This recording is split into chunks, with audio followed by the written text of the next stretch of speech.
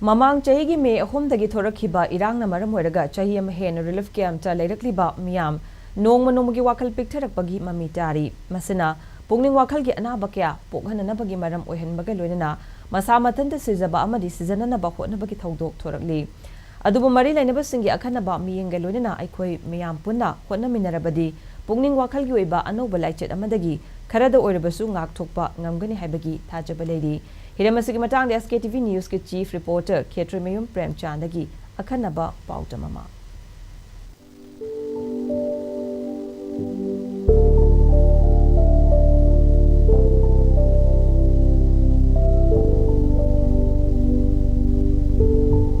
Manipur da thokliba irang asina lamdam masigi mipum khudingmakta chauna chaitheng piri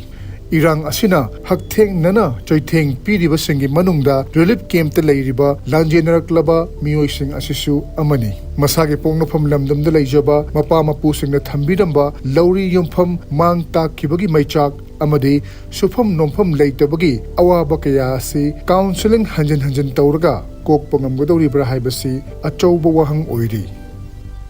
Puchi chupa sumaina sumsida sum lela darane kamai tawgadagi haraga isaisu sembanga maroi darane nakhalaga adumaina kaptana da dum lelaga sum rikem sida leiradra puchi chupa ina adusu dum kanjai senthok lambi ga ade pura zero tare wa hape duduna hingbada mamal leidare habdo isana dum khanjare daibang mim na ware habase yamna warabane ba wadana wai habe yabna tebko chai khar leiramaga sigrani khoi budi कोई कछु खंद्रे लेहौरिबा इछु इचा सिंजे मोय करमाइन तौरगा मी ओइहोगनी करमाइन तौरगा मोयजी अमुक हन पानबा ngमगनी हाबजे अखोय वखन थाजबा ngमद्रे अदना सरकारना अखोयबु खरा थुना हंजन हनबिरो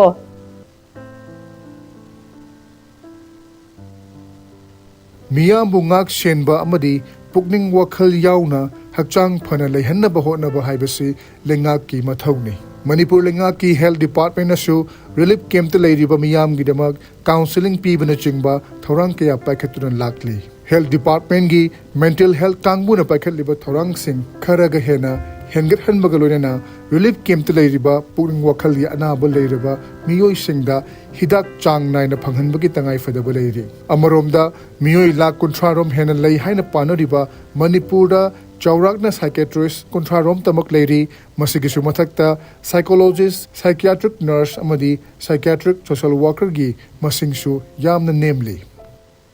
tongan ba chaina chaithing myam phangmandana aikoi se amna resilient oiba hadi amna khang mangamba adugumba miron amadi oire ase amarom da laibak phei haiba tare sumaina sum laithoksi haibagi wafam dina chadi mental health ki kangbu nasu leptana sanction jari basi kharagi makhai di hengat han mamathau tai aikoi gi demand ga supply se khara khenaba hana so khoi gi lakh kunthra muk leiba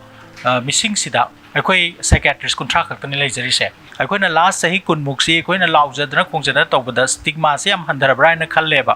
adubu koina ngangja laujari basina yogdaba mafam singdadi adumak leirami haibase handaki matang sida koi khangjai adagi muk aikoina piriba mateng sida mage sagonaba koigi hidak langthak se aikoina tha taruk chawa chahi machaba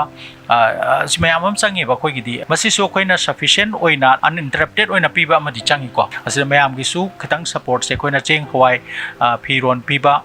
du kitang di mukoi si sufficient oirabanina kidak langthak amadi pukning wakhal gi mateng pangbada mayam na sumai onjan bibagi matam yaure habesimande I feel tawse professional help chinataba atopa miyeng changma makoi gi wala bising du matam chana phangan mathau taragasu madu mi yabana maram murkanda phangdaba timing da makoi dai khoina karamba mateng pangba yabagi habagi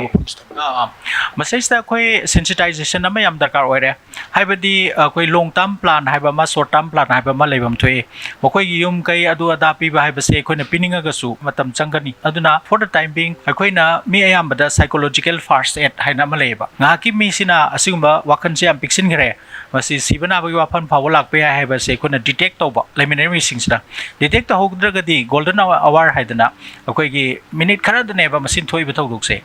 suicide ko magini ko haijarise masai sta khoi na babu wakhal si theido halaga ngak tong suwari sabiraga samna ro konjalaga thambi bada warasu ade mana tawge tawri thabak se khoi na khut paira kham bada warasu tawraga khoi help se kawbagi pot se mayam da si aware hen ba machange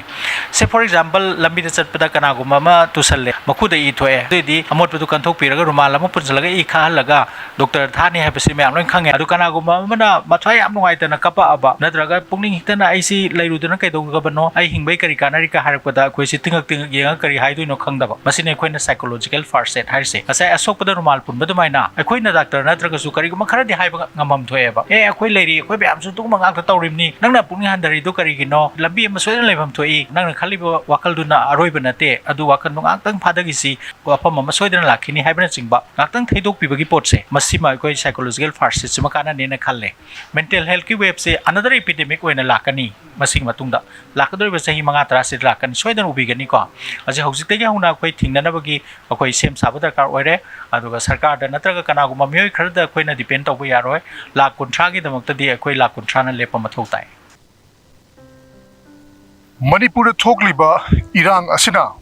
imung ama natraga ani khak sogan banate masina mioi kaya ama sokalibani maruina hakthengna na mioi lishing humpu hena sokalibani adubo hairiba mioi sing asigidamak makhogi pukning wakhal karama pheebam da leiribage haibasida Manipur lenga ki health department na akhanaba miyeng achaw miyeng changbagi tangai fadaba leire khwaidagi maru oribadi ekhoi miyam nasu yamna chawba role ama yamna chawba thodang ama lawbagi tangai fadaba leire maramdi thogliba irang amadi effect tawriba hakthena na sokoliba mioi masing asi yambanina masida marinaba singna government khaktana haiba mayam asi yengshinba ngamloidabrina ekhoi miyam nasu psychological gi oiba first aid psychological first aid asi khanglakanda kana gumba singna thawai nungairtaba makoi da puning hantharapu matamda ekoi na makoi bu themjen biba makoi da psychological first aid peebagi tangai fadabaleri camera person chingha gelorna palomjari ba ai ketemayong premchan SKTV news Imphal